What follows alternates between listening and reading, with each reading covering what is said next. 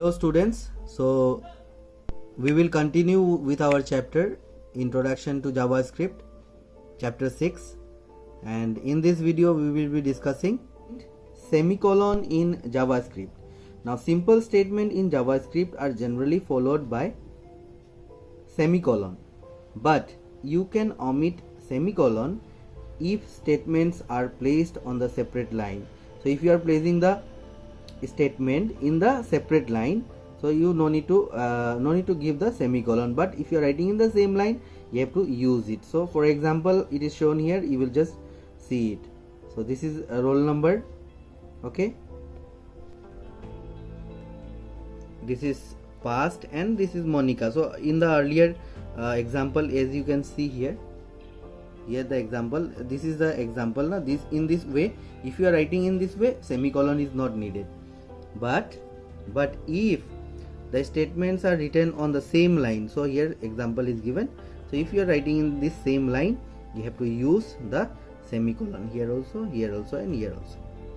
Okay, now we will take the code which we have already done, the assignment statement.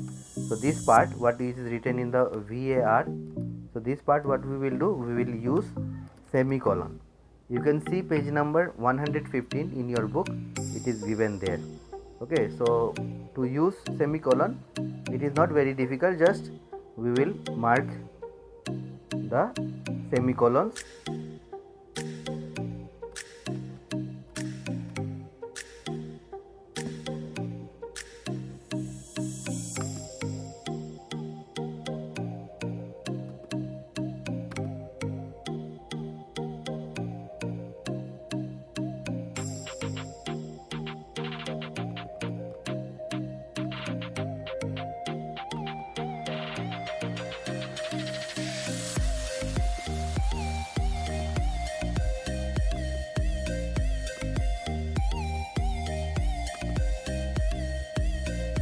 Now we will save it. So we will change the name here, semicolon dot html. Next, this part will remain same, no need to edit, no need to do anything.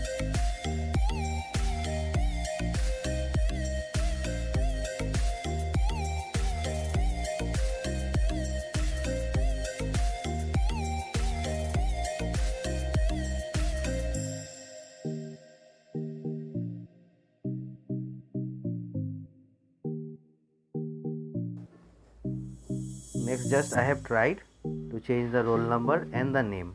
Let's see. After doing the change, you have to save, then go to the file and refresh. Now you can see the change. So that's it for this video. I hope you understood semicolon in JavaScript. Now let us discuss operators in JavaScript. One of the important uses of scripting language in HTML is that you can work with various operators and operands and evaluate expressions.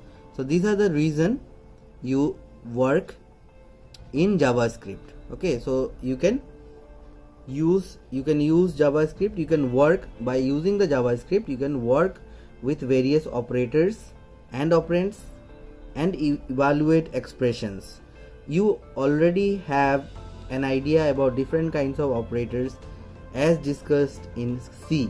So C language, already you have come across these operators and all. Okay, class 9 already have discussed about these operators.